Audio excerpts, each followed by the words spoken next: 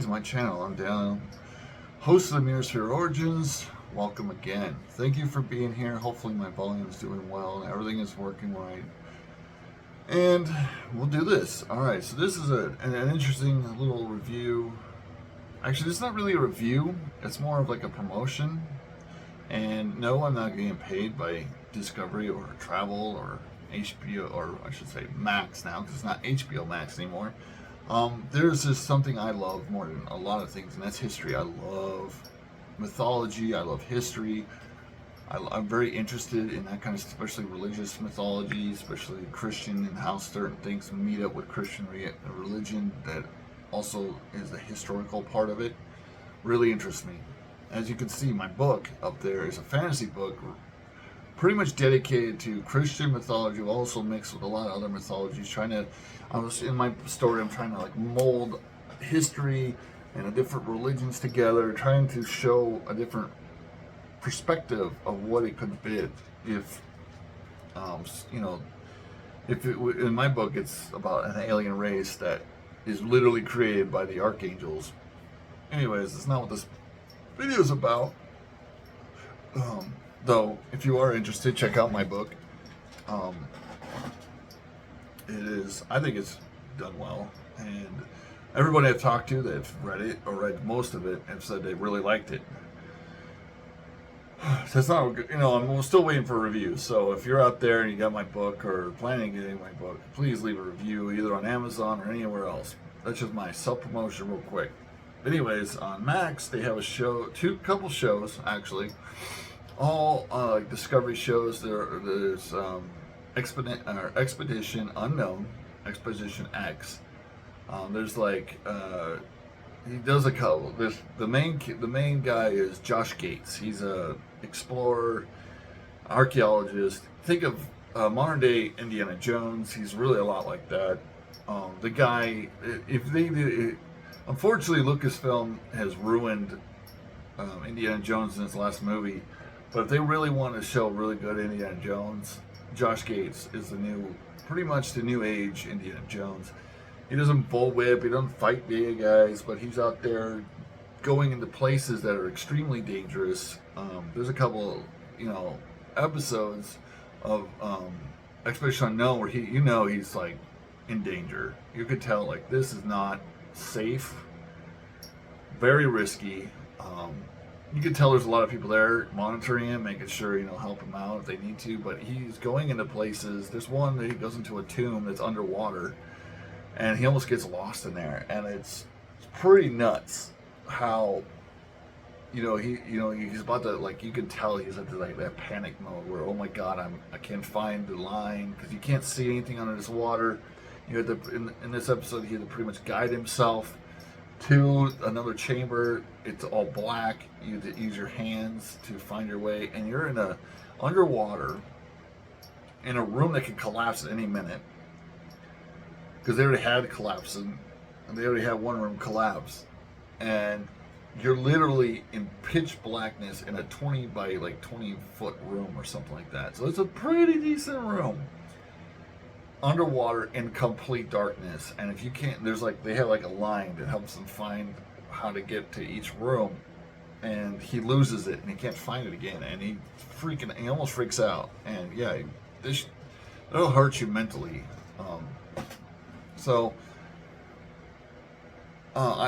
I'm making a video about this show because of my love for history and that stuff, and how awesome the show really is. There's so much in there that there's so many discoveries still happening today that we don't even know of. As a Christian, the Sea Scrolls are some of the most important discoveries for us Christians out there, and the caves they found those in have only been I think one of the episodes that was dedicated to that, I think they said 10% of the caves have only been explored, because there's hundreds and hundreds of these caves, and only 10% have been discovered. They're still finding more jars with paper that used to be there that are are pretty much destroyed, or or unable to save, or stuff like that. So there could be so many more scrolls out there that we don't know of. That freaking blows my mind as a Christian. That the Bible, if anybody's read the Bible, they know it's not complete. There's missing things in the Bible that we really need to find to complete, more and more stuff. There are literally passages that talk about other things that are not actually in the Bible because they're never found. Letters, whole books that could be missing, and that freaking blows my mind. I'm like, oh, that is so cool. There's so much in the show. Like, he does all kinds. He doesn't just do Christian stuff. He does a lot of stuff, and he does, like, there's one where he talks about the missing Japanese sword he's looking for. He does. He goes to all the kinds of temples. Goes all around the world. Last episodes he was doing with Maya. They're finding more and more Mayan temples out in the jungles. Stuff like that is so freaking cool. The new technology they're using, there's like this special scanning technology they have now that they've been using to help break apart the forest and be able to see what's under the jungle bed, to see if there's ruins, and without having to dig or spend years of clearing more and more of the jungles to get to it. So, this is just a shout out to that show, and Josh Gates, I think he does a really good job, and his his stuff is really interesting and teaching you a lot about our history, about the world. He does with different cultures. I, for one, am not. I've gone to different countries, Iraq and Afghanistan. Yes, that's just, it's not the most popular countries, I would say, or the wishes that I could go to. And there's so many more I would love to go to. Like, Japan is one of the countries I want to go to more than anything, so I can see the old temples, and I want to see a lot of the cultural stuff, the history. I love fucking the samurai. That's one of my favorite cultures. You got, I want to go to Norway and visit my ancestors and see what, on my culture, because I am Norwegian. I have Viking background. I have Irish, Scottish, and pretty much Norwegian back. It's pretty much the major. I have some Indian in me, not much. There's a lot of European in me, but a lot of Viking and Irish and Scottish.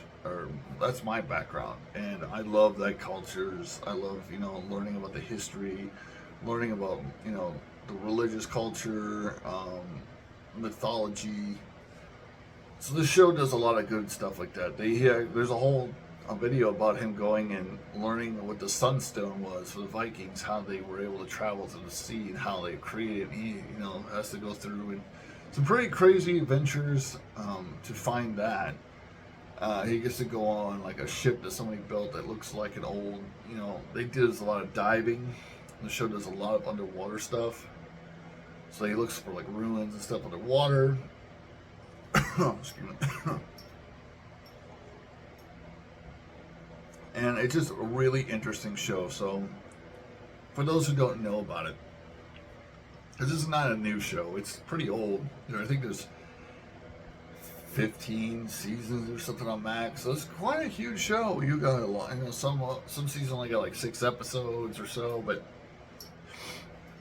I think it's very interesting. And then there's another show that's quite like it. It's called Expedition X, which is kind of like the more sci-fi, paranormal kind of stuff. Because he does a couple paranormal stuff in that Expedition Unknown. Like one is like the vampires and stuff like that, the history of the vampire, Dracula, stuff like that. And then there's Expedition X kind of does stuff like that, where they go in, they do a lot of ghosts, they go to like really kind of creepy places that are supposed to be haunted, and try to find evidence of hauntings, try to, record things, stuff like that, like a ghost hunters kind of stuff. But it's like this one, it is 2 people, it's not actual.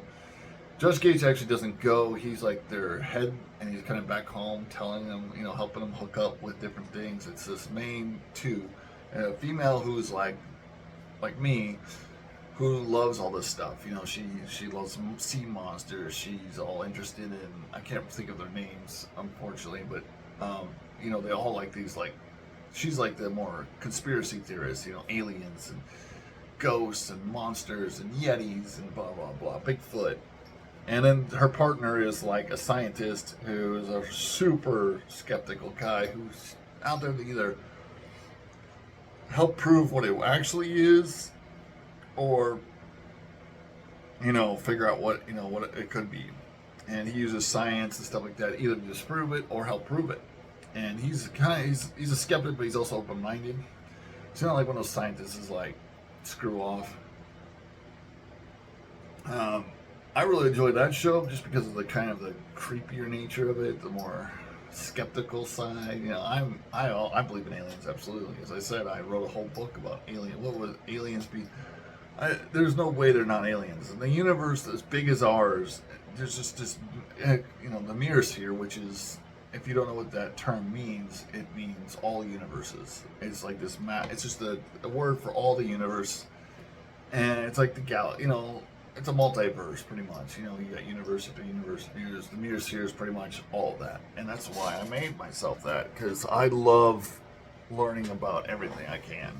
About like stars and space and history and mythology. Do I believe there's aliens with the government right now? It said there was, but that makes me even less believe it, because our government like to lie their ass off, and I don't know. Well, there could be crash ships, maybe, but if they're that cultural, if they're that advanced, I doubt they crashed. I don't know. Well, just that's one of those things. Do I believe they're kidnapping cows and people? No. I think are they observing us? Probably. I'm probably thinking, what the fuck is this world, and why are these people so fucking nuts? That's probably one thing that they're thinking. Anyways, but yeah, so there's that one. There's the Explorers Club. He does a whole video about talking about like different famous explorers that are part of this Explorers Club, which is a really famous club for that would be full of people like Indiana Jones and stuff like that. People who've done some crazy, gone above. People who've gone to the first people to the Arctic, the first people at the bottom of the sea, first people in space. Stuff like that. People have gone above and beyond. And he's showing a lot of the archives they have there. There's a good bunch of little shows he does that I really found very interesting. This is just a quick video that I just want to make to shout out the show, because I watched like every episode like 3 times. I'm not even kidding me. I love the show, and I'm waiting for the next season or next episodes, because it just ended with this last episode in season 15, and they haven't updated a new episode in a while, and I'm kind of like, I want to watch more. I want to learn about so much more. But there are other things out there that are like it. There's some documentaries on Netflix and stuff that are really good, so I'm watching some of that stuff. And I love the mythology of it all. I love trying to, like, my brain wants to fit it all into, but it's my, as a Christian background, I want to kind of like piece it together. Like, how does this fit? Like, they're in the flood. There's a lot. Like, one of the big things in my second book, when I get back to work on it, when I get my computer fixed, is the flood. There's going to be a big event. Even though my book is about aliens, on a whole other, there was going to be a massive event when it comes to the flood. It's not just affects the Earth. It's going to be a galactic, pretty much event that, God is going to flood this place. He's going to destroy the Nephilim. That's one of the main reasons why the flood in my book is because of the Nephilim. And in my book, a little bit of spoiler of my second book, but the Nephilim are the children of fallen angels. So, in my book, the fallen angels are pretty much worshipped like gods in their way. Some of them they call themselves titans. They're beings that are above anything that mankind can ever imagine, because they're literally angels. And they have children called the Nephilim, and the Nephilim, some of them become they enslave humanity. They make them worship, Egyptian gods. So I'm putting in there that a lot of these, other mythologies, these, Shiva and the Egyptian gods, and some of the Nordic gods, some of the Greek gods are all actually Nephilim or fallen angels. And they, maybe they began doing something good by destroying their fathers, the fallen angels, but then they became, something bad. And they had powers because they have angel blood. But God is sick and tired of, they're going against what he pretty much wanted to make for mankind, and so he's going to wipe the world clean of pretty much all these Nephilim and false gods and so on. And that's, but if you actually look through mythology and if you look through our history, they're discovering more and more of the flood event, where all over the world, different cultures have different histories of the flood and what happened during this flood. There's a lot of stories. There's a lot of interesting things that happened right before the flood, or around the time of the flood, that really makes my brain go, ooh, I could add something like that into the book. There's one event, I'll just talk about this quickly and then I'll wrap this up. There's actually a story from, I think it's like one of the South America or Africa villages that had massive, I think it was South America, because they worship snakes. They worship the sea, like sea snakes. And it was like this giant sea serpent that came out of the water and was battling a winged warrior who can throw lightning. A winged flying warrior man who could throw lightning. Well, what does that scream to, people like me out there is angel. A sea creature came out of the sea, a snake, which, if you don't know, the snake in a lot of Christian things is a representative of Satan or evil or, stuff like that. It came out of the sea to fight a flying man. And this is just a story from some, small village that they, witnessed this, about this lake, this massive fight as the rain came down and a big event happened. They had to escape into the caves to escape the damage, and they were there for a long time before they could finally come out, where the waters had flooded there and the whole village was wiped out and stuff like that, which is really interesting to me because it's like flood, angels battling against, forces of evil. Freaking awesome. Good material for my book, especially when I do the flood stories. So there's different things like that I love to like find and like, ooh, what could be this to this? You connect the dots, and it's fun. It's really fun to do in my head. So check it out. Check out the shows. Check out, if you're not a big history buff, I suggest you try to really get into it, because history was always my favorite thing. Even in high school, in school and stuff like that, it was history that made me really want to, learn stuff. That was my favorite class. I get to go sit down and learn cool shit. Maybe go to some battlefields. I had a really badass American history teacher in high school who would show off muskets. He would bring in like, the old flip pistols, and he had freaking arrowheads and all kinds of cool shit. Old, musket balls from, Civil War time, and he brought in so much cool shit and then we got to go to like battlefields, and we got to go, and it was just, he helped bring history to life. My world history teacher, though, was boring as hell. He never did anything.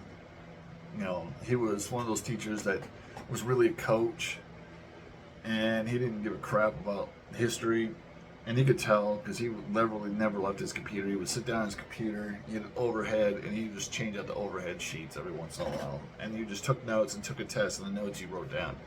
He didn't say 2 words, but my American history teacher, that guy loved freaking history.